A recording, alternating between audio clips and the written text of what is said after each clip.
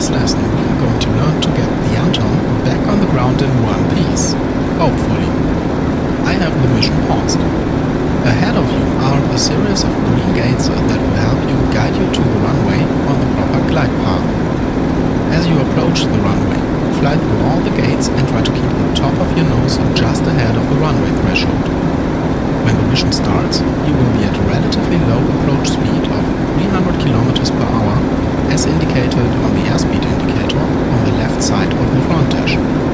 When you are ready to get started, press the spacebar to unpause the mission. The first thing we need to do is lower the flaps to the landing position when your speed is below 300 km per hour. You do this by either pressing the green Aus button on the flap control or by pressing the F key. Do this now. Next, lower the landing gear by pressing the green Aus button on the landing gear control or press the G key. Do this now.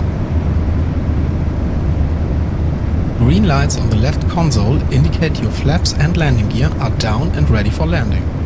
Maintain an approach speed between 220 and 240 km per hour. Because your aircraft is a lot draggier now, you may have to apply more power to keep you flying through the gates.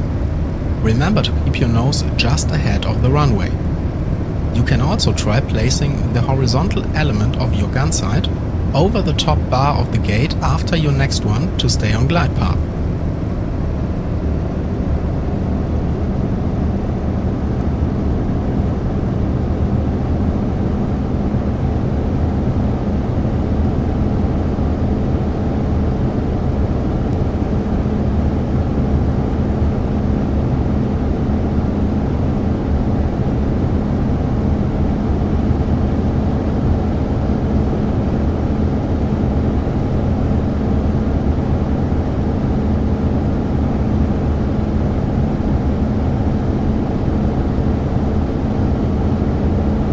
Approaching the runway, your airspeed should be about 210 km per hour. Use gentle stick and rudder inputs to align the aircraft with the runway.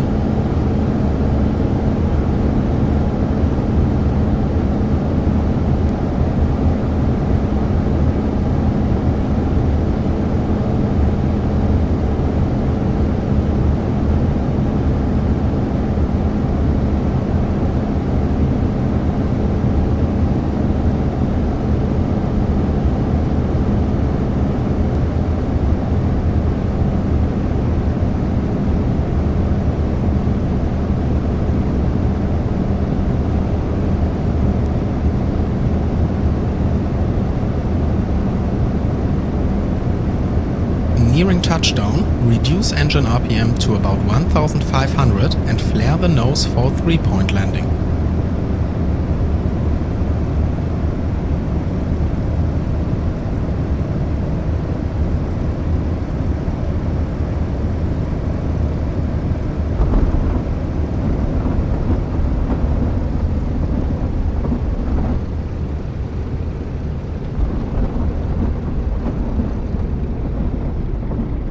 When your speed is below 100 km per hour, pull the stick back to lock the tail wheel and use careful brake input to bring the aircraft to a halt.